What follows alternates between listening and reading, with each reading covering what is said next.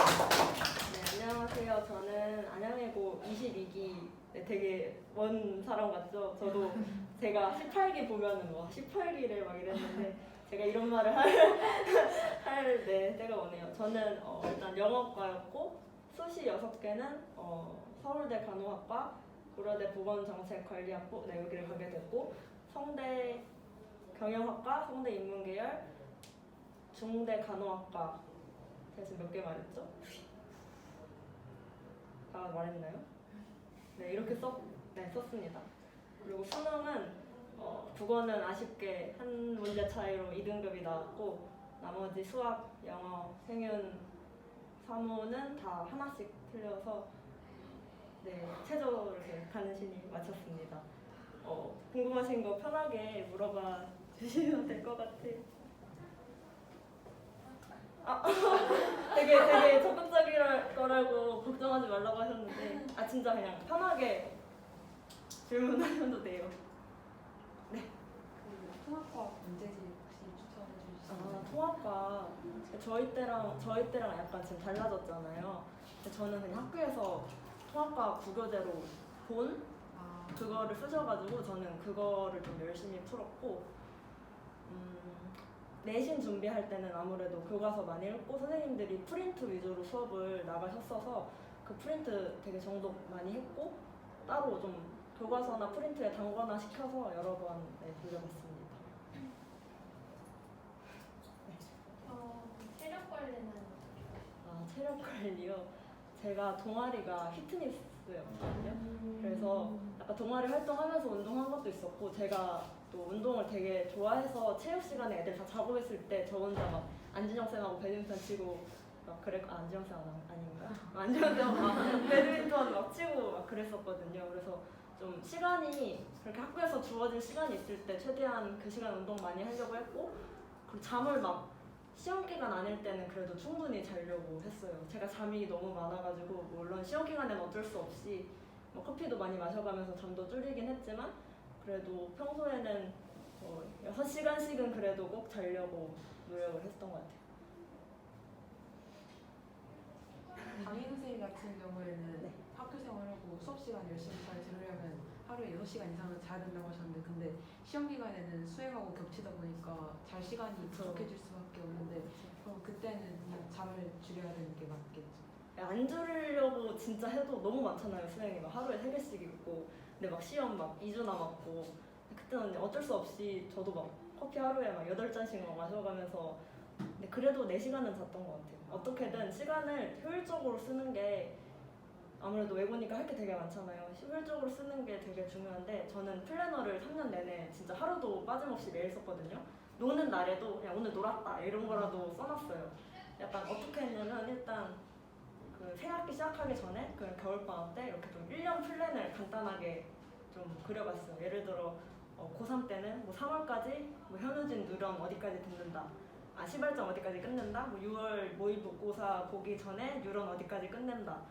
뭐 9월까지는 뭐 끝낸다. 이런 식으로 뭐 국어는 몇 월에 못 끝내고 몇 월에 못 끝내고 뭐 수학 몇 월에 못 끝내고 이런 식으로 과목별로 1년 대략적인 플랜을 짜놨고 그리고 1년 플랜 짜놓고 그리고 매달 뭐 3월의 첫째 주까지는 이걸 끝내자 뭐 4월의 둘째 주까지는 이걸 끝내자 조금 더 세부적으로 짜놓고 일주일 플랜은 그냥 조그맣게 포스트잇에 뭐 이번 주 안에 해야 될 일 짜자작 써놓고 이건 월요일에 화요일에 수요일에 이렇게 정리를 해놓고 1일 플랜은 매일 자기 전에 내일 뭐 할지 이렇게 써놓고 잤어요.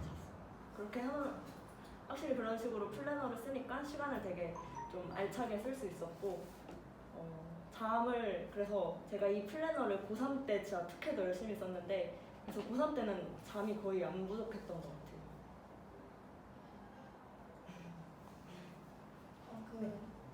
영어, 국어, 수학은 학원 들으면서 할 수는 있는데 통합과학이나 통합사회 같은 범위는 많으면서 자기 스스로 해야 되는 만큼 어떻게 효과적으로 할 수 있나요? 일단 진짜 가장 중요한 건 수업 시간에 선생님 말씀 잘 듣는 거고 이거 너무 당연한 얘기긴 한데 진짜 중요해요. 왜냐면 제가 과학을 조금 잘하는 편이었는데 너무 조금 자만해서 한 선생님을 좀 제가 싫어하긴 했는데 그 쌤 시간에만 잤거든요. 그 쌤이 낸 시험 범위를 거의 다 틀린 거예요. 그래서 그때부터 수업 시간에 듣는 게 되게 중요하구나 다시 한번 느꼈고, 그리고 저는 뭐 과학이나 사회뿐만 아니라 모든 과목을 다 이렇게 공부하긴 하는데 하나를 너무 깊게 보려고 하지 말고 좀 빠르게 여러 번 봤어요.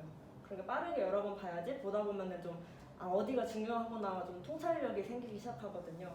그래서 특히 뭐 진짜 과학이나 사회같이 범위는 많은데 뭔가 시간 투자하기 조금 국영수에 비해 아까운 그런 과목들은 더 이렇게 전체적으로 자주 봤던 것 같아요. 그 발표 과제 같은 게 되게 많은데 주제를 잡을 때 좀 그 과목에 대해서 전문적으로 들어가는 게 나아요? 아니면 진로랑 연관 지을 수 있는 주제를 잡는 게 나아요? 저는 주로 진로랑 연관을 지었었던 것 같아요. 근데 이거는 본인이 어떻게 생각하냐에 따라 다를 것 같은데 그 과목에 깊게 들어가는 것도 충분히 괜찮거든요. 왜냐면은 사실 진로가 바뀔 확률이 되게 높아요. 아까 저도 수시 말했듯이 저는 진로가 너무 다양해가지고 자소서를 4개를 썼거든요. 근데 이렇게 쓰려면은 되게 활동이 많아야 되는데 제가 좀 갈피를 못 잡고 1학년 때는 진짜 이것저것 발 다 담그고 2학년 때는 경영을 해야겠다 해서 좀 경영을 파다가 2학년 2학기부터 보건할까? 그래서 3학년 1학기는 진짜 꽉꽉 보건, 뭐 간호 이런 걸로 꽉 채웠었거든요. 그래서 만약에 그 과목에 대해서 집중적으로 해놓으면 나중에 자소서를 쓸 때 좋은 소스가 될 수도 있다고 생각을 해요. 근데 뭐 진로랑 연결해놓으면 그것도 진로가 변하지 않는다면 좋은 소스가 되겠죠. 국어에서 대신하고가 자료를 엄청 많이 주는데 그거 말고도 또 풀어야지 시험을 잘 보셨어요. 저도 대신하러 다녔었거든요. 지금 대신하러에서 조교도 하고 있는데 저는 국어는 진짜 그냥 학원에서 주는 것만 했어요. 사실 그것도 다 하기가 되게 양이 많잖아요. 그래서 학원에서 주는 자료만 해도 진짜 저는 충분한 것 같아요.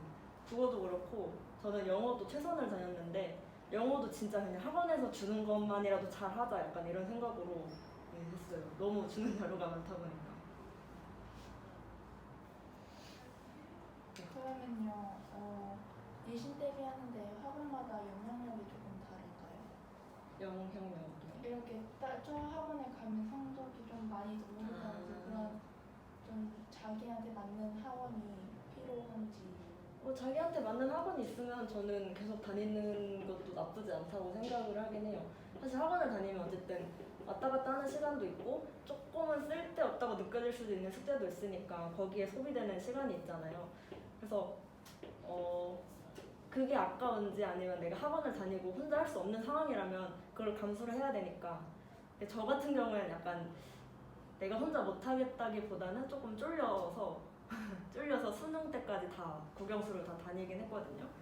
근데 그것도 좀 자기 하기 나름이긴 한 게 그렇게 자료가 뭐 최선이나 뭐 대신하로나 자료가 엄청 많은데 그 많은 자료들 중에서 내가 좀 더 중요하게 생각하는 부분을 좀 더 취하고 숙제 조금 덜 중요하게 생각하는 건 적절히 이렇게 골라낼 줄 아는 그런 능력이 있으면 학원의 도움을 받는 게 확실히 도움이 되고요. 혼자 하면은 아까 말했듯이 왔다 갔다 하는 시간이나 조금 덜 중요하다고 느껴지는 그런 숙제를 하는 시간은 줄어들지만 혼자 또 자료를 찾아야 되는 어려움이 있기 때문에 거기에 대한 판단은 좀 나에게 뭐가 더 맞는 것 같은지 스스로 해보고 결정을 하는 게. 그럼 혹시 과학학원을 다니는 친구들이 종종 있어서 혹시 필요성이 있다고 생각하시나요? 근데 제가 이번에 교육과정이 바뀌어서 수능 때도 과학을 보는 건가요? 일단 내신으로 생각했을 근데 제가 올해는 좀 함부로 제가 잘 모르는 영역이니까 함부로 말하기가 조금 그렇긴 한데 진로랑 크게 관련 없는 영역이면 만약에 자기 진로가 뭐 명확하게 어문 계열이다 그러면 과학을 물론 아주 낮은 등급은 안 되겠지만 한 5등급 정도, 4, 5등급 정도 그냥 공부해서 받을 수 있겠다 하면 굳이? 라는 생각이 들긴 해요. 제2의 국어 학원을 따로 다니는 근데 좀 말하기 민망하긴 한데 제가 영준과였거든요. 근데 제가 중국어를 진짜 못했어요. 근데 못했는데 항상 꾸역꾸역해서 5등급은 항상 유지를 하긴 했거든요. 근데 학원을 다니는 친구들이 뭐 약간 콘크리트층 있잖아요. 1, 2, 3등급 약간 내가 혼자 공부해서는 뚫을 수 없는 그 영역. 근데 내가 만약에 진짜 좀 뭐 중문학과나 뭐 한문학과나 그래서 그런 제2외국어가 엄청 중요하지 않은 상황이라면 이것도 약간 굳이라는 생각이 들긴 해요. 수행평가 1, 2점으로 등급이 나뉜다고 하는데 진짜 그 정도로 나뉘나요? 수행평가로 등급이 나뉜다고요? 네. 어떤 그냥 과목? 네, 과목별로. 오. 특히 심형도 쪽이 1, 아. 2점도 되게 중요하다고 그러던데. 잠깐 다시 수행평가로 수행평가 점수가 1, 2점씩 깎이게 되면 높은 등급 받기가 되게 힘들어진다고. 그쵸. 아무래도 심형은 애들이 시험도 잘 보고 뭐 원어민 수행도 잘 보고 뭐 따로 내주는 수행평가도 잘 보는 편이어서 그 1점 하나 깎이면 좀 떨어지는 감이 있긴 한데 일단 안양외고잖아요. 좀 표준 편차가 진짜 작아요. 저도 생기부 이제 3학년까지 다 한 다음에 총 생기부가 나왔을 때 표준 편차를 쫙 봤는데 제일 작은 표준 편차가 5였거든요. 근데 막 일반고는 진짜 막 크면 막 20, 막 30 가까이도 막 가는데 일단 그 표준 편차를 보면은 외고인 걸 무조건 알기 때문에 사실 그 원점수만 높으면은 등급은 조금 낮아도 그렇게 너무 걱정할 필요가 없을 것 같긴 해요. 왜냐면 물론 1등급 맞으면 좋긴 한데 내가 그 수행평가 1점 깎여서 뭐 원래 1등급 맞을 수 있었는데 뭐 3등급이 됐다. 그래도 그거 하나 때문에 당연히 기분은 나쁘지만 너무 연연할 필요는 없다 이렇게 생각을 합니다. 조나단 선생님이 거의 자주 5점짜리 숙제들을 많이 내주시는데 막 0.25점 그렇게 깎으시잖아요. 그럼 거기서 이제 깎아지는 게 학기 말에 성적표 나오는 등급으로 들어가는 건가요?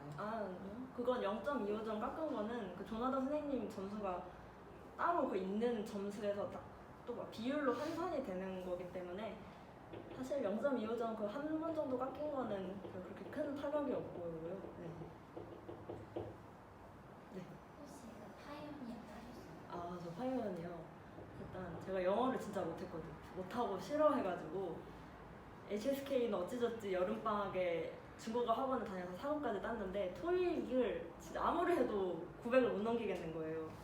그래서 한 890에 멈춰서 은장만 따긴 했는데 엄청 진짜 걱정이 너무 많았거든요. 저는 한 번도 제가 학교를 다니는 동안 금장이 없는데 스카이를 간 사람을 본 적이 없어가지고 그래서 이거 안 되겠다. 그냥 대학 못 갈 것 같다 약간 생각을 하고 있었는데 3학년 때 담임 선생님하고 상담을 하면서 파이오니어를 금장을 못 따서 너무 걱정이 된다 이런 식으로 말을 했더니 은장까지만 따도 충분하다고 하셔서 괜찮아요. 은장까지만 있어도 충분할 것 같습니다. 그리고 또 올해 같은 경우엔 코로나 때문에 뭐 토익이나 뭐 HSK나 그 뭐 JLPT 이런 것도 계속 취소가 됐었잖아요. 그래서 그런 거 고려하면은 동장이나 은장만 있어도 충분할 것 같아요. 역사는 앞으로 범위가 누적되고 탐구 과목도 범위가 만만치 않은데 중국어도 그렇고 그럼 국영수를 너무 소홀히 하게 될까봐 너무 불안한데 그럼 얘네는 언제부터 시작하는 게 좋을까요? 그냥 걔네들은 틈틈이 공부해두는 게 좋긴 해요. 그리고 이제 3학년 올라가시는 거죠? 아닌가? 이제 1학년 이제 2학년이죠? 1학년이죠. 네. 그냥 시간 날 때 틈틈이 정말 공부하는 게 좋긴 한데 저 같은 경우에는 역사를 좀 되게 좋아해서 역사는 진짜 그냥 수업 끝나고 한 번씩 책 읽어보고 그냥 시간 날 때 진짜 그냥 공부하기 싫을 때 한 번씩 읽어보고 왔던 것 같아요. 중국어는 사실 누적 되는 느낌은 없어요.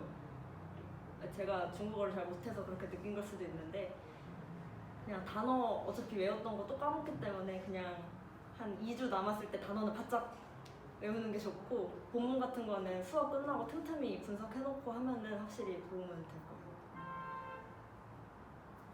이렇게 전체적으로 본다면 이게 시험을 보는 세밀한 부분에서 이렇게 시험이 많이 나오는 경우가 많이 제가 겪었는데 그렇다면 전체적으로 본다면 그런 세밀한 부분까지는 어떻게 구별을 하는지. 전체적으로 보는 방법을 일단 제가 영어로 예를 들어 설명을 하자면 일단 1회도 시험 범위가 엄청 많잖아요. 그래서 1회 저는 한 5회독 정도 그냥 후루룩 봤었던 것 같은데 일단 1회독 할 때는 그냥 그 지문의 좀 주제 파악을 관점으로 이렇게 훅훅 읽고 두 번째는 이렇게 막 끊어읽기 뭐 주어 동사 목적어 이런 식으로 그냥 써보면서 분석하면서 약간 좀 주요 어법이나 이거는 시험에 쌤이 내면 내가 헷갈리겠다 하는 어법들 좀 체크하면서 읽고 세 번째 읽을 때는 조금 내가 보기 어려운 단어나 이것도 약간 쌤이 좀 비슷한 다른 단어로 혼동해서 내거나 영영풀이로 내면 내가 헷갈리겠다는 그런 단어들을 체크를 했고 네 번째 할 때는 조금 다시 봐야 될 것 같은 지문들 위주로 그리고 다섯 번째 봤을 때는 와 여기까지 봤는데도 얘는 헷갈린다 하는 그런 지문들만 이렇게 해서 5회독을 했었거든요. 근데 이런 방법으로 하면은 세밀한 부분도 놓치지 않을 수 있고 여러 번 보다 보니까 내용들도 금방 이렇게 머리에 좀 오래 남더라고요. 그럼 그 통합과학이나 통합사회나 역사 같은 거는 세밀한 부분. 통합과학은 사실 제가 통합과학은 막 그렇게까지 공부를 막 열심히 하진 않았어서 일단 전 문제를 좀 많이 풀어봤어요. 아까 그 본이 구글제여서 그걸 샀다고 했는데 그거 말고도 좀 얇은 문제집 있잖아요. 막 체크 막 그런 거 얇은 정말 내신용 문제집 그런 걸 좀 여러 번 사서 그냥 문제를 많이 풀면서 내가 개념을 이해했는지를 문제를 좀 많이 풀면서 이해했던 것 같아요. 과학 같은 경우에. 그리고 사회나 한국사는 일단 아까 말했듯이 제가 역사를 좋아해서 좀 자주 보다 보니까 그리고 역사 같은 경우에는 좀 이렇게 흐름을 타면서 외워야 되잖아요. 자주 보다 보니까 약간 흐름이 이렇게 눈에 보이더라고요. 약간 A가 일어났기 때문에 B가 일어났고 B가 일어나서 C가 일어났구나 이런 게 눈에 보이니까 좀 자연스럽게 이렇게 외워지는 것 같았고 사회 같은 경우에도 지금 사회는 통합사회 뭐 배웠지?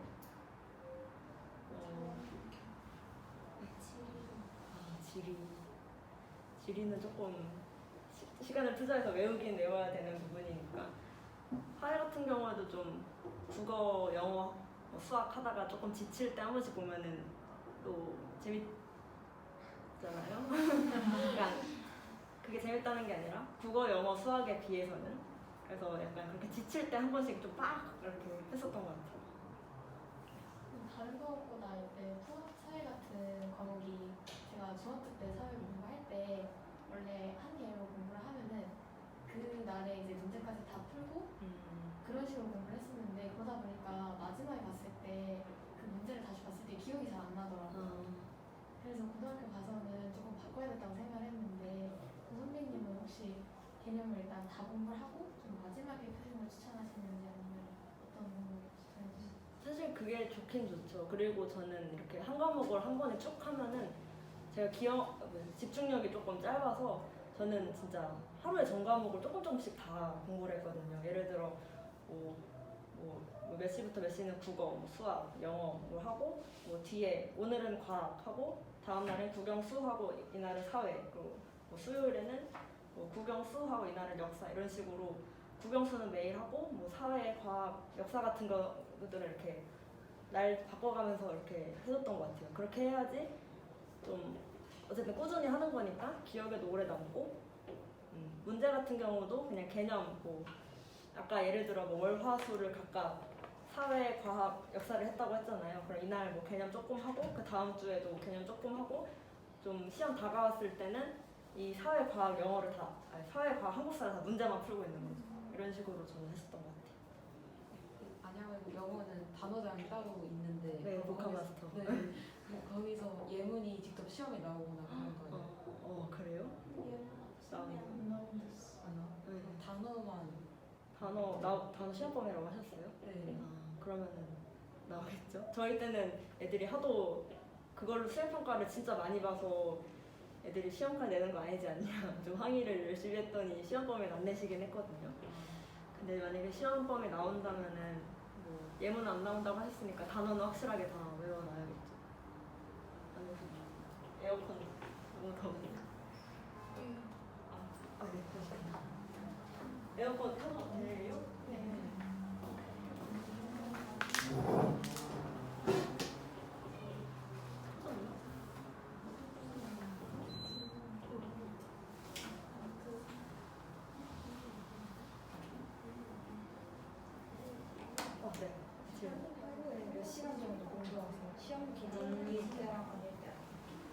일단 고1 때는 제가 공부를 그렇게 열심히 안 했던 것 같아요. 약간 정말 그냥 야자 때만 빡 하고 집 가서는 시험 한 2주 전에만 따로 공부하고 그랬었는데 제가 1학년 때 그렇게 공부를 했는데도 성적이 그래도 제가 생각한 것만큼 좀 잘 나왔던 거예요. 그래서 좀 겨울방학 내내 팽팽 놀았거든요. 그랬더니 2학년 때 평균 등급이 한 등급이 떨어진 거예요.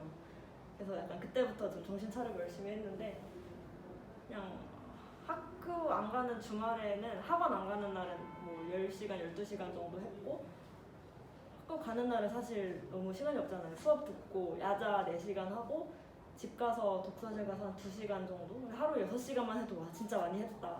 약간 이렇게 생각하긴 1학년 때, 뭐 2학년 때 그렇게 생각하긴 했는데 3학년 때는 아무래도 조금 더 시간이 좀 촉박하고 없으니까 쉬는 시간에도 그냥 계속 앉아서 공부하고 그랬더니 수업을 해도 하루에 8시간 정도는 공부할 시간이 나오더라고요.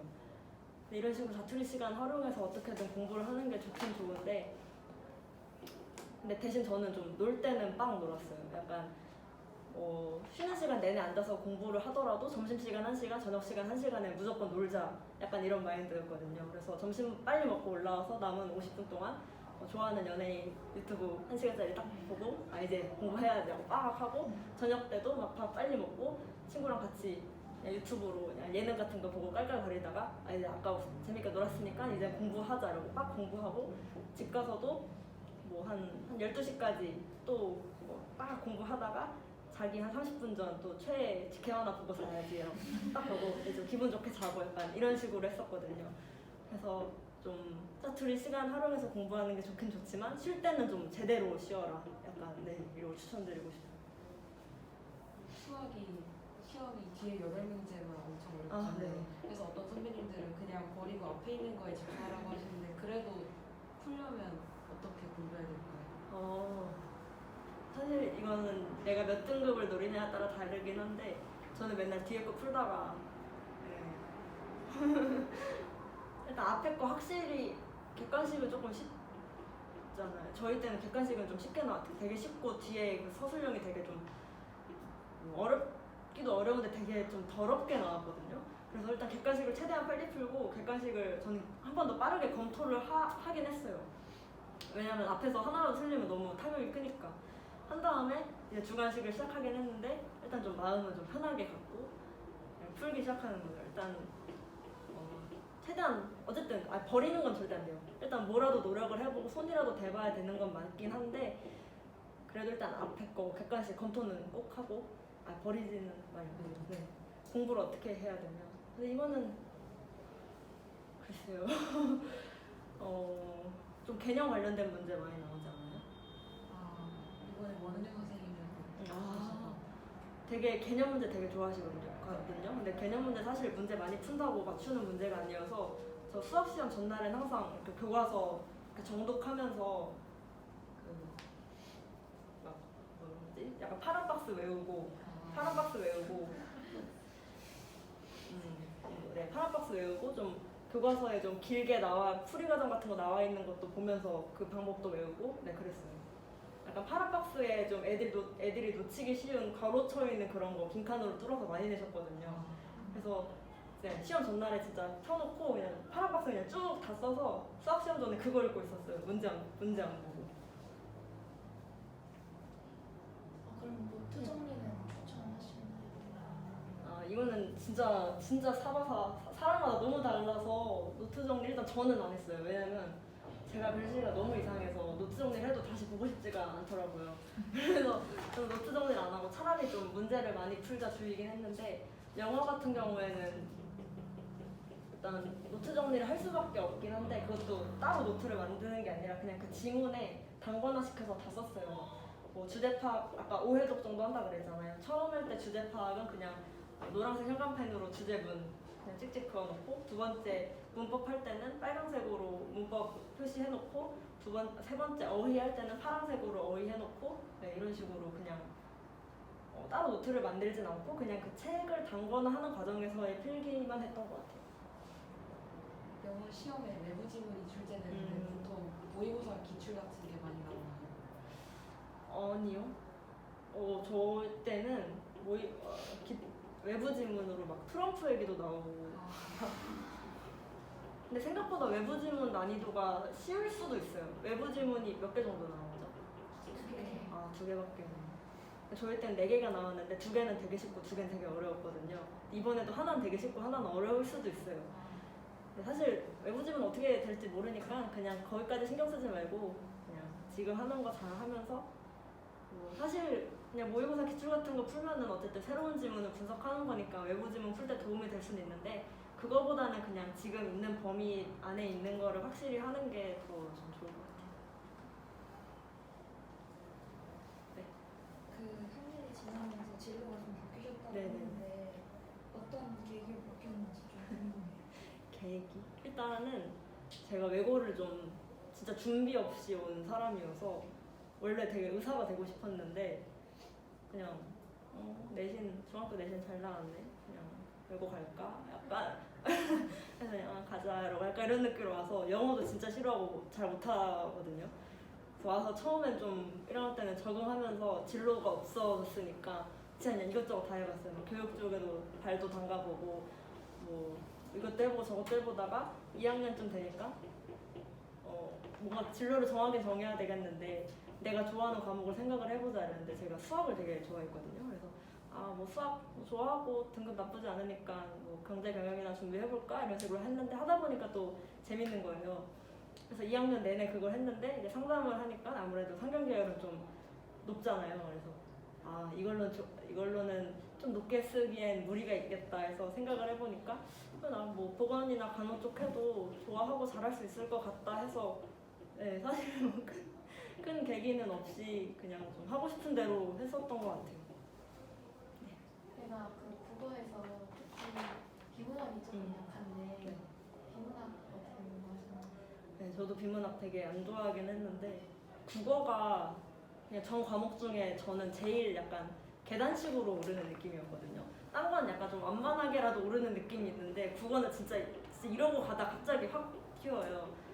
근데 저는 비문학 같은 경우에는 1학년 때는 사실 모의고사 처음 푸니까 어떻게 푸는지도 몰라서 막 눈으로만 막 읽고 풀어서 당연히 점수 안 나오죠.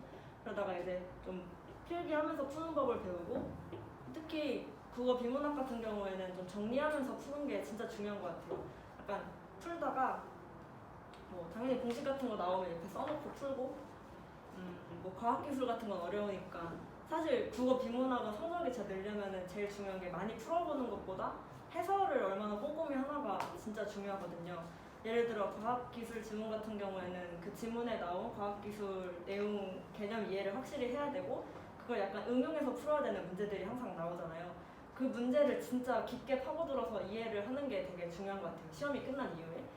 이렇게 해설을 하면서 그 원리를 확실하게 이해를 하고 약간 이 문제에 사용된 그런 개념이나 내용이 이 지문에 어디서 나왔는지 찾는 그런 연습들을 해설을 하는 과정에서 하면은 나중에 새로운 과학 지문 그냥 뭐 비문학이 나왔을 때도 되게 좀 적용이 빨리 됐었던 것 같거든요. 그래서 이런 식으로 비문학의 어려운 그런 문제를 좀 깊게 분석해보는 걸 진짜 추천드려요. 제가 영준과인데 네. 중국어는 보통 시험이 대화가 있고 빈칸이 뚫어진 형식으로 나와요. 중국어도 문제가 되게 많아서 어떤 식으로 나온다 이렇게 단정을 하긴 애매한데 일단 첫 장은 항상 단어 문제였어요. 단어 막 그 성조 막 빈칸 뚫어놓고 막 몇 성인지 이런 거 찾는 거랑 막 뭐 단어 2개 두고 막 단어 막 4개 있고 이 중에 성조 그 표시가 같은 거 고르시오 이런 식으로 한 1번부터 6번, 7번 이때까지 다 단어 문제였고 뒤에 오히려 독해는 진짜 교과서 공부 열심히 하면은 잘 풀 수 있는 문제거든요. 그냥 순서 배열도 있고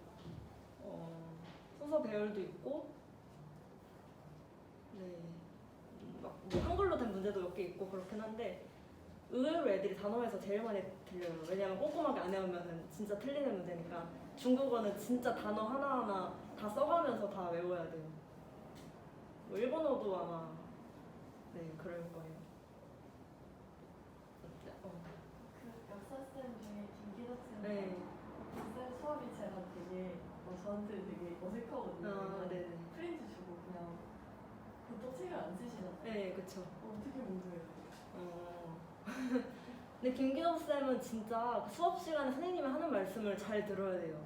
약간 그냥 툭 던지는 말이 시험에 이게 나왔네 할 때가 있었거든요, 저는. 그래서 이게 진짜 뭔가 팁이 없네. 김기덕 쌤 시간에 진짜 수업 열심히 듣고 주시는 프린트 잘 채우고 그걸 잘 읽어보는 방법밖에 사실 진짜 없긴 없어요. 약간 흐름 잘 타야 돼요.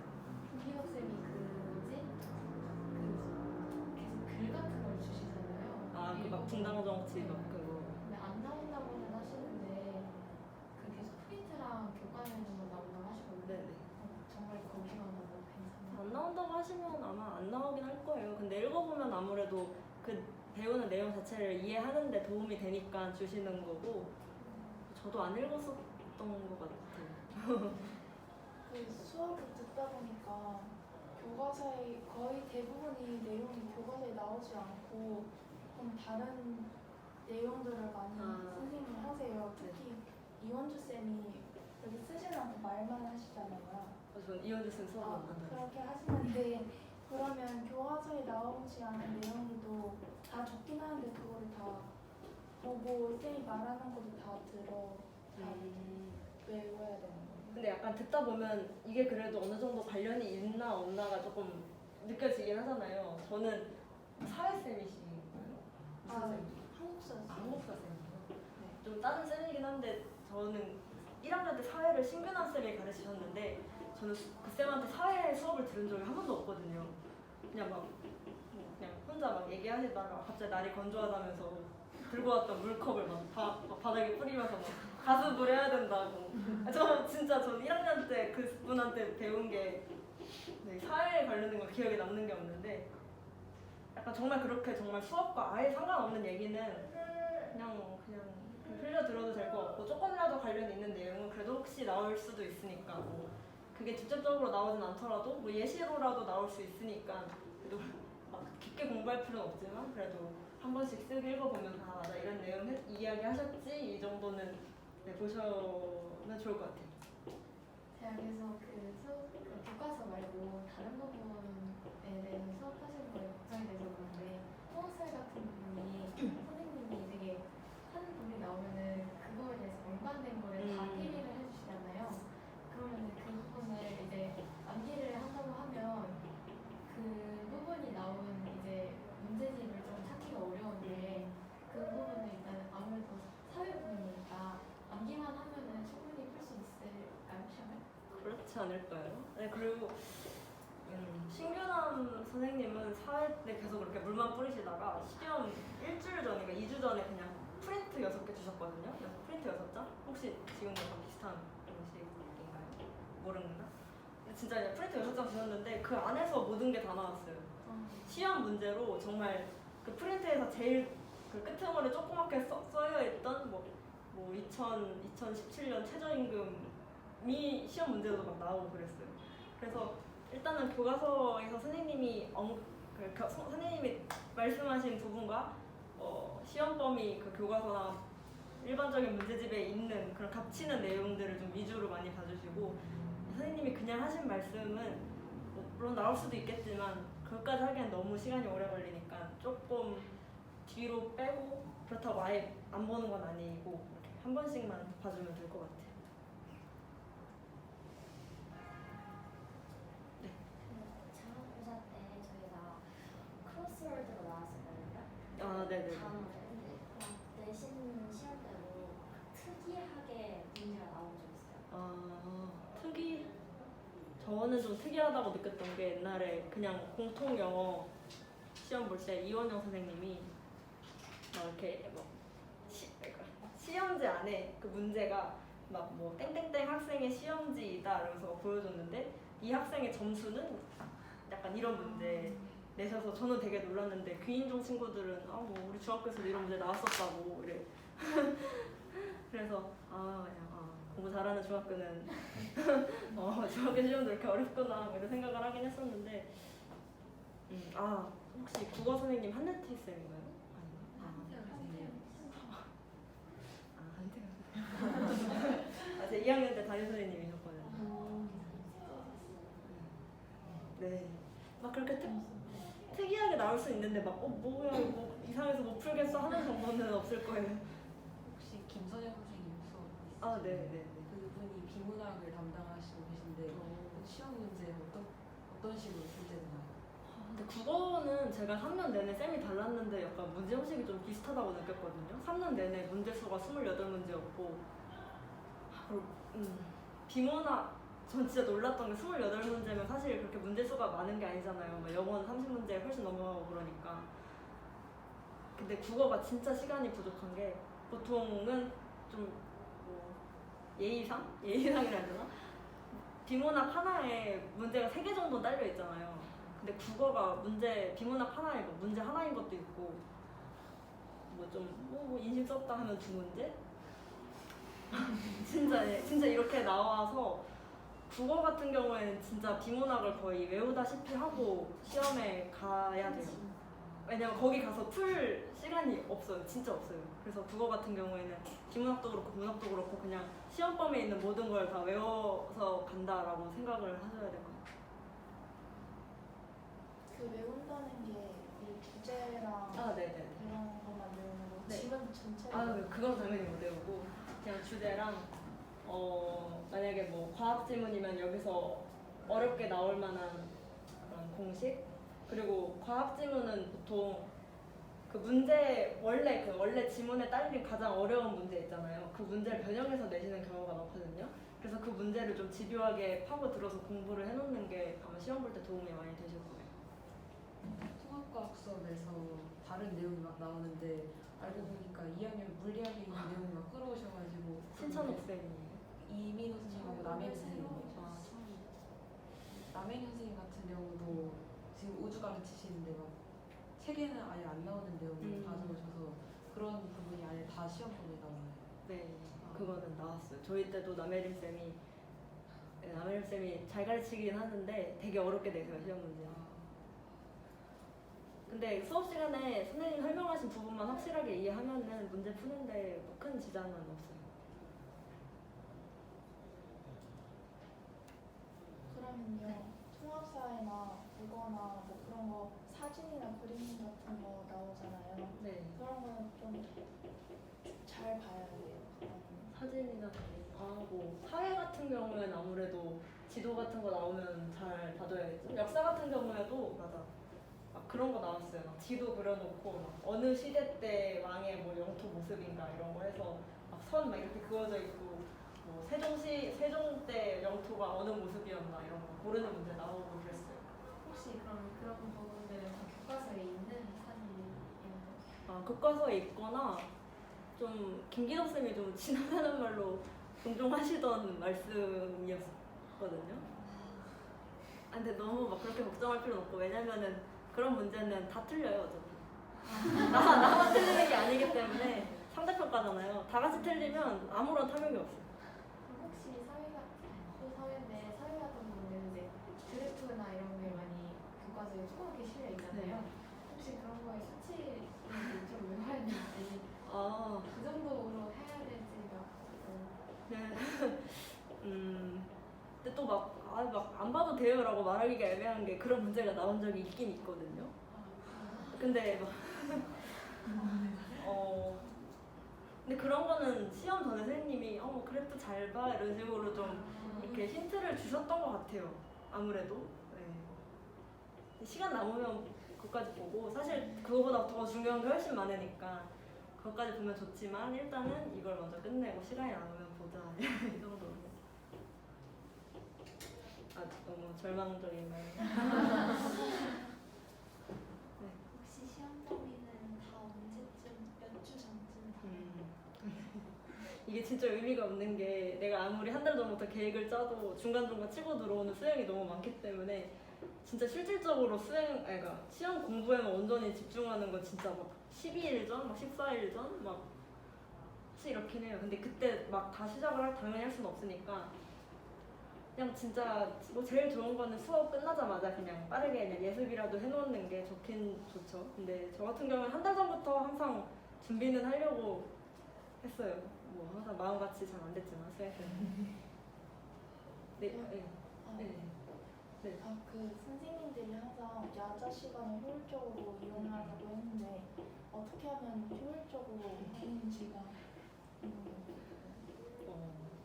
저는 야자 때, 그러니까 학교 그 교실에서 야자 시간에 공부하는 게 제일 집중이 잘 돼서 막 다른 친구들 막 독서실 가고 그래서 사실 뭐 2, 3학년쯤 되면 애들이 야자 많이 빼거든요. 그래서 3학년 때 저 혼자 교실에서 야자한 적도 되게 많은데 일단 어쨌든 야자라는 거를 1학년 때는 거의 좀 강압적으로 시키잖아요. 시키니까 그냥 그 상황에 내가 좀 익숙해져야 되는 것 같아요. 효율적으로 한다는 말 사실 좀 1학년한테 이런 말 하긴 저도 되게 무리인 거 알고 있거든요. 저도 1학년 때 맨날 야자 시간에 친구하고 막 몰래 막 과자 먹고 선생님한테 혼나고 그리고 당연히 졸리잖아요. 5시에 밥 먹고 6시에 야자 시작인데 그래서 막 이렇게 해야 된다고 막 말을 함부로는 못 하겠는데 그래도 확실히 플래너 써놓고 야자 시간에 적어도 이것까지 끝내자라는 좀 목표를 세워놓고 하면은 도움이 많이 된 것 같아요. 6시부터 10시까지니까 뭐 7시까지는 뭐 국어 시험 범위 뭐 여기부터 여기까지 한 번씩 1회독이라도 하자. 뭐 7시부터 8시까지는 뭐 수학 뭐 키메스 숙제 뭐 여기까지 뭐 풀자 뭐 이런 식으로 계획을 세워놓고 하면 확실히 도움은 됐던 것 같아요. 혹시 네. 선생님은 창특이랑 창특은 저는 시그마였어요. 아, 되게 뜬금없을 수는 있는데 저는 진짜 약간 그렇게 막 진로에 대해서 큰 생각 안 하고 그냥 나 과학 좋아하니까 이렇게 약간 그렇게 들어가서 2학년 때는 회장까지 맡아서 뭐 나올 수도 없고 그냥 있었거든요. 근데 진짜 저는 되게 도움이 많이 됐던 게 나랑 전혀 관련이 없다고 생각하는 이 분야에서 뭔가 하나를 끄집어내면 되게 좀 독특한 소스가 되거든요. 그래서 전 창특 시간에 좀 전염병 관련돼서 발표를 한 번 한 적이 있었는데 그걸로 자소서 내용을 굉장히 많이 채워가지고 뭐 진로랑 맞는 창특에 있으면은 그거대로 또 좋지만 진로랑 안 맞는 뭐 면접에 떨어져서 내가 가고 싶지 않은 창특에 갔어도 거기서 나름대로 자기가 원하는 소스를 만들어낼 수 있기 때문에 혹시 제가 아직 진로가 확정되질 않았는데 약간 그래도 좀 제일 도움될 수 있는 걸 생각을 해서 지금 창특이 경영 쪽이에요.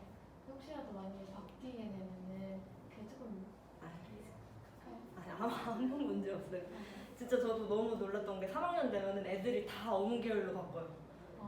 그 3학년 때 창특을 안 하고 그냥 스터디만 하는데 생일 스터디가 다 뭐 영리문학 알아보기.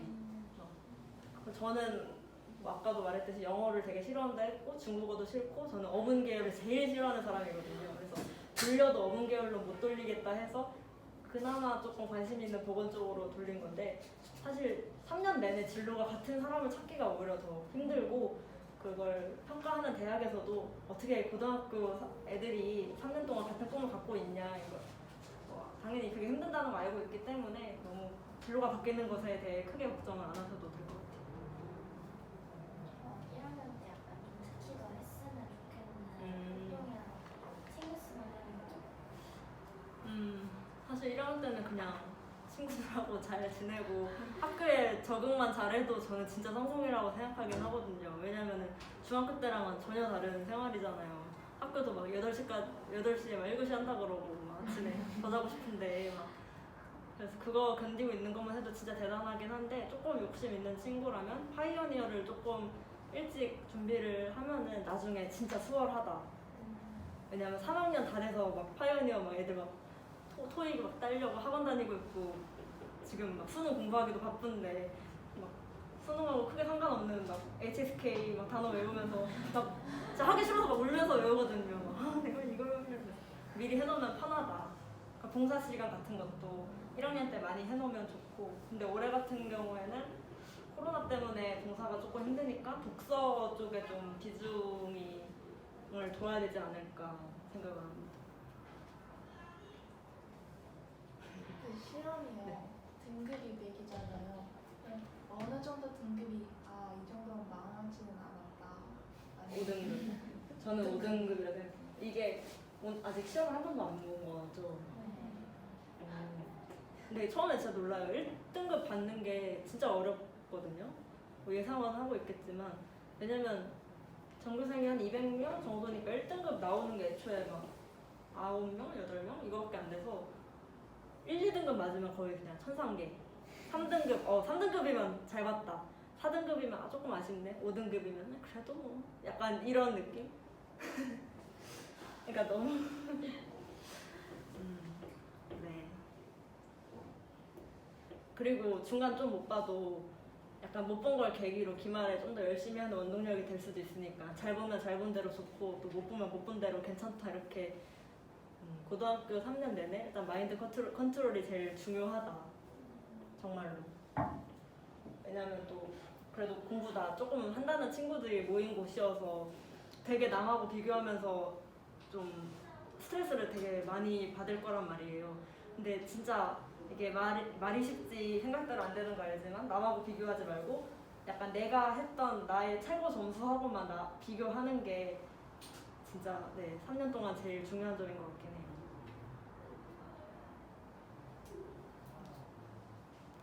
그리고 마지막인데 그 학교에서 이렇게 주도하는 활동이라든지 대회들은 무조건 참여하는 게 좋을까요? 무조건은 아니고 왜냐면 자기 진로랑 관련되거나 나의 좀 특색을 드러낼 수 있는 대회 같은 걸 하는 게 더 좋긴 하겠죠. 그리고 아무래도 지금은 한 학기에 상을 하나밖에 못 쓰는 걸로 알고 있는데 맞죠? 아닌가요? 아예 수업을 안 아예 안 들어가요? 아예 안 들어가면은 진짜 그냥 정말 중요한 거에만 집중적으로 하고 그걸 나중에 자소서도 없어지나요? 네. 그런 거 안 해도 될 것 같아요. 그냥 해서 약간 그 세트 채우는 느낌? 그럼 아까 그 봉사랑 독서 말씀하신 거에서 봉사랑 독서 둘 다 안 들어갔거든요. 아 봉사랑 독서도 아예 안 들어가요? 그럼 파이어니어예요. 그럼 파이오니어에 올인하세요? 동아리가 아예 이제 안 들어가긴 한데 그리고 주변에 학생 한다는 친구들도 많고 그래서 하는 게 좋을까요? 저는 좀 학교 다니면서 활동을 진짜 많이 했거든요. 반장도 3년 내내 했고 학생회도 2년 했고 창특장도 해봤고 뭐 스터디장도 뭐 엄청 많이 해봤고 했는데 학생회는 저는 진짜 너무 그냥 즐겁게 했던 활동이어서 저는 만약에 생기부에 안 들어간다 했어도 학생회는 했었을 것 같아요. 그 정도로 되게 재밌었고 진짜 고등학교 생활에서 좀 의미 있던 활동이라고 생각을 해서 약간 그런 거 좋아하는 친구들은 뭐 해도 될 것 같고 그러면 자율활동 이런 칸도 거의 없어지는 건가요? 그런데 조금이라도 쓸 수 있으면은 어쨌든 그런 한 줄 한 줄이 좀 메리트가 있으니까 근데 너무 학업에 방해될 것 같으면 안 하는 게 맞고 방해가 될까요? 혹시? 네? 될것 같으세요? 만약에 뭐가요? 학생회가 학업에 방해가 될까요? 근데 진짜 학생회가 하기가 나름인 게 왜냐면 부서별로 매주 해야 되는 업무가 그렇게 거의 없거든요. 거의 없고 오히려 학생회 그냥 전체 학생회에서 선생님이 뭐 이거 할 사람 하면은 저요 이런 식으로 자진해서 하는 건데 저는 거의 다 자진해서 다 막 했거든요. 막 진짜 많이 돌아다녔어요. 그래서 담임 선생님들이 너 이제 학생회 좀 그만하고 성적을 더 올리는 게 낫지 않겠냐. 반장 같은 것도 이제 그만하라고. 근데 저는 제 성격상 그러니까 다른 애가 막 반장을 하는데 걔가 막 일을 못하고 그러면은 속 터져가지고 더 신경 써서 제 할 일을 못하는 스타일이어서 약간 저 편하자고 한 것도 있었는데 그리고 사실 저는 제가 학생회를 안 한다고 공부를 더 할 것 같진 않았어요. 그래서 한 거였으니까 자기가 뭐 학생회 한 번쯤 지원해보고 뭐 떨어지면 그래 공부 열심히 하자 하는 거고 뭐 붙으면은 뭐 한 번 해보고 아닌 것 같으면 2학년 때는 그냥 공부만 열심히 해야지 이런 식으로. 사실 중학교 때는 막 학생회 할 때 체육관에서 의자 옮기라고 부르고 아. 거의 노동을 했는데 반장님께서도 근데 사실 의자 옮기고 막 강당에 의자 깔고 그런 거는 밤마다 돌아가면서 했어요. 그리고 막 힘쓰는 일은 거의 없고 학생회에서 했던 게 신입생 면접할 때 아 올해 면접도 안 봤죠? 영어과에 갔어요. 네. 나 면접 볼 때 그 학생의 선배들이 막 데려다주고 하잖아요. 그런 거 학생의 친구들이 하고 뭐 최종 설명회 할 때도 그 전체적인 스텝일을 학생의 친구들이 하고요. 근데 그냥 네. 혹시 먼저 가야 되는 친구들은 가도 돼. 그럼 더 질문 있으면 해도 되고. 1학년 때 인강 듣는 거 추천해요. 저는 인강을 3학년 때 처음 듣긴 했는데 사실 추천해드리진 않아요. 왜냐면 인강 선생님들이 너무 재밌어서 자꾸 그것만 보고 싶거든요. 근데 사실 인강 보는 것보다 자기가 혼자 정리하고 공부하는 게 훨씬 더 도움이 많이 되기 때문에 약간 인강은 3학년 때 가서 사탐 과목 위주로 듣는 걸 저는 추천드려요. 그 국어도 EBS 하잖아요. EBS 강의도 굳이 안 들어도 네, 뭐 굳이 안 들어도 되긴 하는데 약간 문제 풀다가 아니면 정리하다가 좀 이해하기 힘들거나 좀 어려운 지면이 나왔을 때 그것만 선택적으로 듣는 건 괜찮을 것 같아요. 저는 약간 인간이랑 제가 좀 안 맞는데 네. 근데 지금 학원 따로 오기에 시간이 좀 많이 걸려서 차라리 안 맞는데도 인강을 하는 게 나을 건지 아니면 시간 좀 투자해서라도 맞는 약간 현강 이런 거 들어야 되는지. 그럼 조금 시간 투자해서라도 현강을 하고 그 왔다 갔다 하는 시간에 뭐 단어를 외운다던가 조금 더 효율적으로 그 시간을 쓸 수 있게 하는 게 좋을 것 같아요. 아유, 안녕히 가세요. 감사합니다. 안녕히 계세요. 수학은 평소에 어떤 문제집 푸셨나요? 수학은 저는 진짜 부교재를 엄청 풀었어요. 막 8번씩. 부교재 다 풀면 학원에서 프린트해서 또 주잖아요. 풀고 그냥. 근데 사실 이거 한 두 교재는 한 3번 정도만 풀어도 되고 차라리 다른 문제 푸는 게 낫긴 해요. 왜냐면 처음에 무작정 부교재만 많이 풀어야 됐는데 풀다 보니까 답을 너무 다 프리즈까지는 다 외워버려서 이제 새로운 문제를 못 봐요. 그래서 부교재 한 2-3번만 풀고 좀 시간이 남으면 차라리 좀 기출 문제 같은 걸 보면서 기출? 모의고사 기출 같은 걸 좀 보면서 킬러 문제 1-2개 풀면서 좀 새로운 문제를 접하는 능력 같은 걸 키우는 게 나을 수도 있을 것 같아요. 네, 먼저. 그 과목별로 추천하는 문제집. 국어 지금 시험 범위 수능 특강인가요? 네. 그러면 진짜 그냥 수능 특강 분석서 하나랑 평가 문제집 하나 저는 이렇게 학원에서 자료를 줬거든요. 그래서 그거를 일단 수능 특강 안에 좀 담관화를 시켰고 근데 사실 국어는 진짜 학원에서 주는 자료만 풀어가지고 근데 그 자료가 아마 이거 제가 말했던 거였던 것 같아요. 분석서랑 평가 문제집 그리고 네 그렇게 풀었고 수학도 거의 학원에서 주는 거 풀었는데 아까 말씀드렸다시피 거의 부교재 풀었고 시간 좀 남으면은 모의고사 기출문제 푸는 걸 추천드리고 영어는 모의고사 몇 세트씩 막 들어가잖아요. 그것 때문에 진짜 그걸 정리하는 방법밖에 없어요. 사실 영어는 문제를 풀어볼 수는 없거든요. 내신 대비하는 걸. 그래서 아까 말했듯이 오해독하면서 준비했고 과학은 아까 말씀드렸듯이 본했고 사회도 저희 부교재가 본이었어서 본으로 했었고 한국사는 그냥 교과서랑 맞는 평가 문제집 자소서 하나씩 사서 그냥 다 풀었던 것 같아요. 네, 중국어도 문제집은 없으니까 그냥 교과서랑 학습지 진짜 꼼꼼하게 보고 단어 진짜 부수 하나 안 틀리게 꼼꼼하게 외우고 성조 하나 안 틀리게 꼼꼼하게 외우는 게 중국어는 제일 중요했던 것 같아요. 일본어도.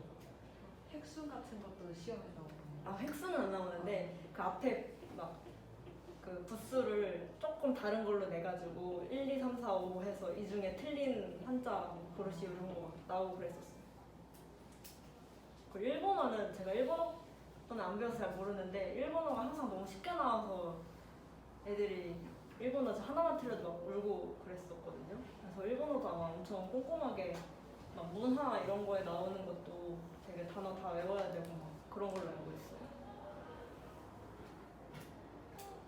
중국어 원어민 선생님은 보통 수행평가 어떻게 되나요? 원어민 수행평가 하면은 보통 선생님이 주시는 그 막 범위가 있잖아요. 그 범위가 말하는 건데 진짜 발음 하나 잘못하면 깎여서 저는 그 원어민쌤 중국어 수행을 완전 받은 적이 한 번도 없어요.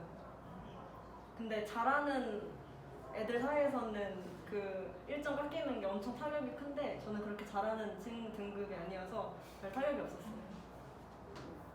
그 부교재에서 나오는 문제 유형들 있잖아요. 그런 게 시험에 자주 나와요. 제가 옛날에 과학 같은 경우에는 부교재에 나왔던 문제가 거의 똑같이 그 1, 2, 3, 4, 5번만 좀 바꿔서 나온 적도 있었거든요.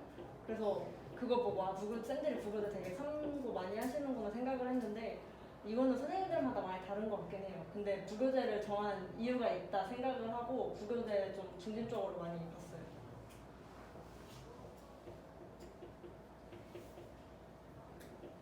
그 심양독이랑 영어 시험방이 각각 목소리 많이 차이나요? 근데 이것도 선생님이 누구냐에 따라 다르긴 한데 혹시 심영 쌤? 김윤진 쌤이랑 박정은 쌤. 박정은 쌤. 아니 개인적으로 전 박정은 쌤 좀 좋아하긴 했는데 시험 스타일은 진짜 싫어했어요. 왜냐면 저희 때는 그 쌤이 그냥 공통 영어를 하셨는데 100점이 3등급이었거든요.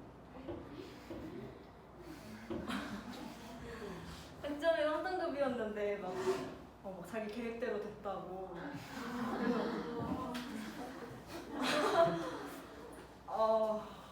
그랬는데 그래서 막 하나 틀렸는데 막 4등급 나오고 그랬는데 이게 어찌 보면 약간 큰 그림 같기도 한 게 왜냐면 그 과목은 표준 편차가 거의 막 3? 이렇게 나와서 어쨌든 원점수는 되게 높게 나왔잖아요. 그래서 뭐 그렇게 나중에 생각해보면은 그렇게 큰 타격은 아니었던 것 같긴 한데 엄청 쉽게 나왔어요. 저희 때는 박정원 쌤이 문제를 진짜 쉽게 내서 하나라도 딱 하면은 그냥 약간 이런 느낌이었는데 조금 정신을 차리셨을지 모르겠는데 아마 못 차리셨을 거예요. 저희 위에도 계속 이런 방법을 고수해왔기 때문에 아무래도 김예진 쌤보다 박정원 쌤이 좀 더 그 어떤 학원에 갔는데 박정쌤인가? 네. 박정쌤이 항상 치사하게 된다고 하셨는데 치사하게 된다. 네, 치사하게 문제를 네, 낸다고 좀. 하셨는데 그렇게 치사하게 문제를 낸다면 어떻게 내요? 그러니까 막 원래 본문에는 낫이 있었는데 낫 빼고 낸다거나 그러니까 본문 변형을 좀 맞아. 안양외고 시험은 본문 변형을 그냥 어떤 쌤이든 진짜 많이 해서 영어 같은 경우에 그냥 빠르게라도 훑어봐야 돼요. 왜냐면 저는 중학교가 좀 그렇게 공부를 못하는 중학교여서 영어 선생님들이 지문을 변형을 진짜 하나도 안 하고 내서 그냥 외운 대로 풀면 됐거든요. 근데 안양외고 쌤들은 진짜 변형을 좀 많이 하시는 편이어서 그냥 빠르게라도 이렇게 휙 보고 내가 외웠던 부분, 외웠던 지문하고 다른 점이 있는지 확인은 빠르게 하고 풀어야 돼요. 근데 그런 것만 이제 익숙해지면은 애들이 너무 쉽게 느껴지니까. 근데 처음 1학년 때는 애들이 그걸 잘 모르고 그냥 중학교 방식대로 풀다가 많이 틀리는 경우가 많거든요. 오늘 딱 5주 남았는데 아직 많이 남아요. 지금 뭘 해야 좋을까요? 지금 일단 수행 많죠. 네, 점점 생기고 거의 끝났어요? 아직 이제 시작.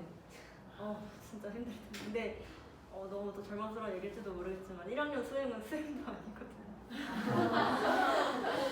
2학년 때 진짜 저는 진짜 매일 죽고 싶었어요. 정말 잠을 못 자게 하는 거예요. 그래서 1학년 지금이 좋은 때다 하면서 최대한 시간을 효율적으로 쓰는 게 중요하긴 해요. 근데 이게 2학년 때 조금 좋은 좀 희망적인 얘기를 하자면 1학년 때 좀 이렇게 계속 글 쓰는 걸 많이 하다 보면 좀 한 문장을 길게 늘어뜨리는 능력이 생겨서 2학년 때는 과제를 빨리빨리 끝낼 수는 있거든요. 별로 희망적이지 않나요? 그래서 최대한 수행 그냥 아무리 수행 다음 주 금요일까지 내라고 한다. 그래서 지금 시간 있으면 최대한 빨리 해놓고 공부를 시작하는 게 훨씬 마음이 편할 거예요. 막 애들이 막 금요일까지 내는 거면 막 목요일 막 다 돼서 어떡해 나 수행 못했어 하면서 막 밤새면서 하고 있을 때 나는 그냥 내 시험 공부 딱 하고 자면 되니까 약간 그런 거에서 좀 희열감을 느끼면서 수행을 미리미리 해놓고 시험 범위는 그리고 사실 시험 범위가 워낙 많아서 선생님이 그 수업 나갈 때까지 기다렸다 공부를 하는 게 사실 말이 안 되거든요. 그래서 시험 범위 미리 알려주시면 그냥 거의 예습을 한다 생각하시고 미리 공부를 해놓는 게 나아요. 네.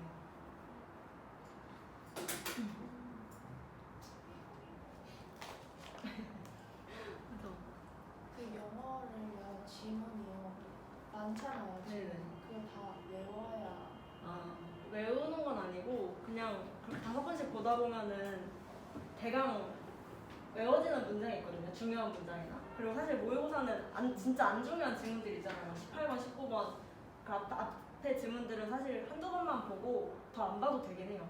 그냥 중요한 지문들. 그 20번 때 그 후반부터 그뭐 장문 전까지. 근데 장문을 애들이 되게 쉬우니까 안 나올 줄 알고 안 보는 경우가 많은데 쌤들이 또 그걸 알고 장문을 갑자기 툭 내버릴 때가 있거든요. 그래서 안 보는 건 안 되고 덜 봐도 된다.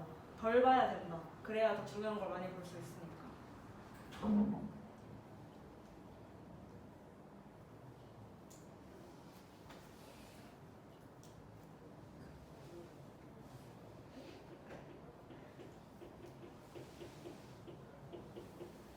일 2학년 때 영어에 선택 과목이 생기는데 아카데믹 잉글리시. 네, 그 응용영문법 같은 경우도 아예 시험 문제가 다 문법인가요? 네. 아, 제가 응용영문법에서 살면서 최저 점수를 받고 집에 영어 올려서 갔는데 근데 그걸 계기로 한번 문법을 좀 정리할 수 있긴 했어요. 근데 응용영문법도 선택 과목이에요? 필수죠, 많이. 잘 모르겠어요. 아마 응용영법은 필수고 공통영어랑 아카데미 잉글리시 둘 중에 고르는 걸 텐데 영어를 진짜 잘하고 나는 약간 영어 영문이나 뭐 그쪽으로 가고 싶다 하는 친구들은 아이잉을 선택하는 게 등급이 조금 덜 나오더라도 메리트가 크고 공통영어는 그냥 아닌 친구들이 공통영어 선택하면 되고 응용영문법 같은 경우에는 진짜 내 문법 수준이 이 정도였구나를 확실히 알게 되거든요. 그래서 정말 나는 문법에 자신 있다 하면은 막 그렇게 걱정 안 하셔도 되는데 만약에 문법이 진짜 걱정이 되면은 서점에 가장 잘 이해되는 고등 영문법이었나? 이런 생각. 약간 그런 책 있거든요. 제일 잘 이해되는 고등 영문법인가? 하여간 이런 책이 있는데 그 책을 보면서 한번 고등 영문법을 싹 정리해 놓는 것도 좋을 것 같아요. 저는 응용영문법 공부를 그 책으로 하면서 수능 때까지는 따로 더 영문법 공부를 안 했었거든요. 네.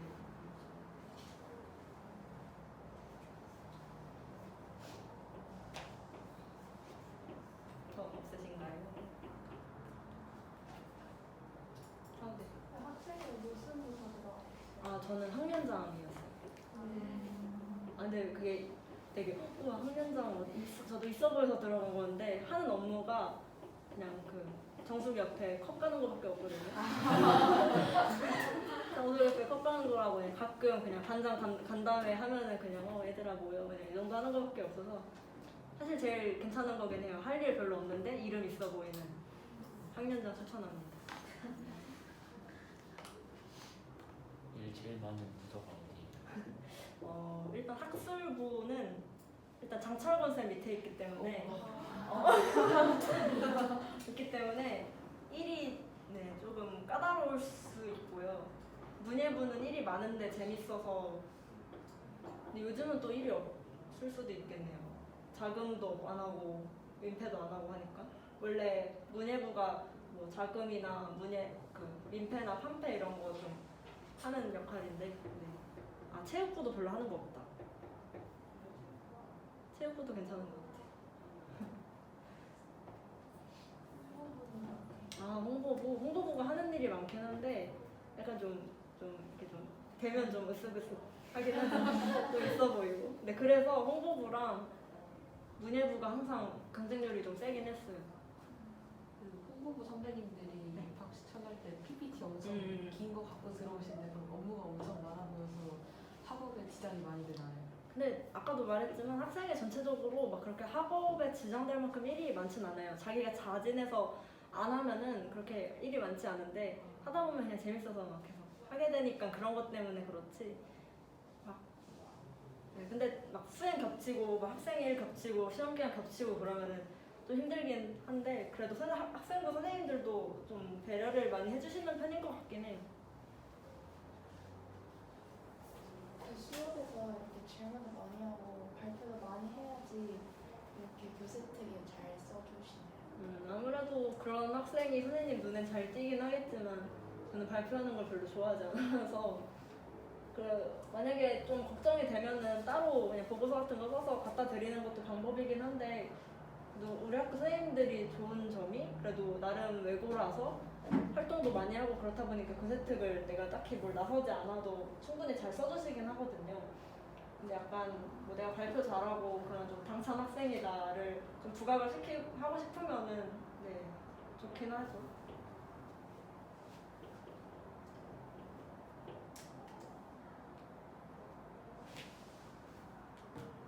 문법을 공부할 때 그냥 모의고사 기출 보면서 여기에 이런 문법이 쓰였구나 하면서 공부하는 게 좋을까 아니면 따로 문제집을 사서 그 개념을 하는 게 좋을까? 저는 따로 문제집을 사서 약간 이렇게 개념부터 쭉 했고 약간 인강 추천하는 게 EBS의 로즈리라고 있거든요.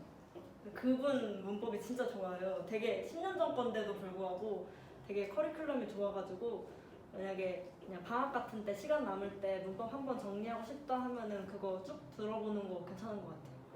그 1강 들어보니까 네. 선생님이 교재가 있어야 된다고 하셔서 저는 교재 없이 그냥 선생님이 쓰는 거 따로 책에 필기하면서 하긴 했는데 친구는 교재가 있었거든요. 교재 있으면 확실히 조금 더 편하긴 하죠. 근데 없어도 괜찮았어요.